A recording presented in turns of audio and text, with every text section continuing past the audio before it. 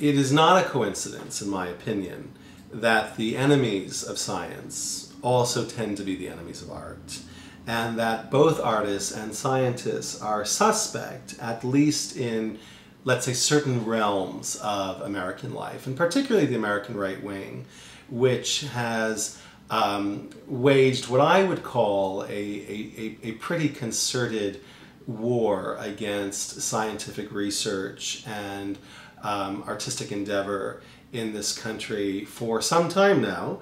I feel a kinship with scientists, and I think there's a lot for both communities to gain if we are in conversation with one another.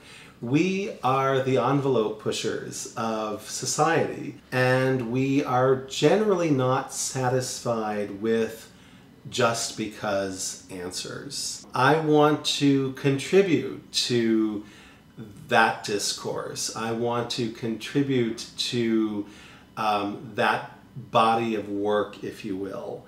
And I thought, well, what would be a way, or I asked myself, how can I engage a group of playwrights who all in their own way, in their own, let's say, respective realms, are engaged in conversations about identity and sort of wed them to science. And I started to think about how ancestry and family and sense of self, once again, really relates to questions of DNA.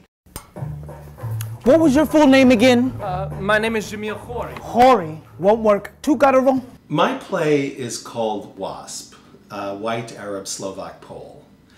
And it is a somewhat playful riff on mistaken identity. Many people who I meet tell me, upon learning that my name is Jamil, and often after much clarification, that I do not look like a Jamil.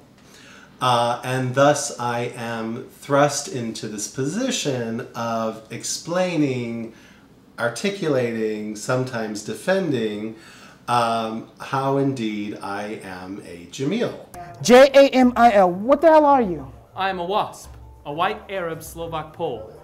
And intrinsic to all of this is a critique of an American compartmentalization of identity. I have felt it important to present and defend the component pieces of who I am. Semitic Slav, Slavic Semite. We'll pitch it as a Chicago thing. Very Obama. I hope that the DNA Trail creates dialogue around these intersections of science and art, and helps us look at identity politics as they progress, as they evolve in a 21st century Barack Obama world. We have a tortured history in this country of contending with difference. We are at once a melting pot, and at the same time we are not always comfortable with the differences that exist between us. And it is remarkable to me that in one nation we have so many stories.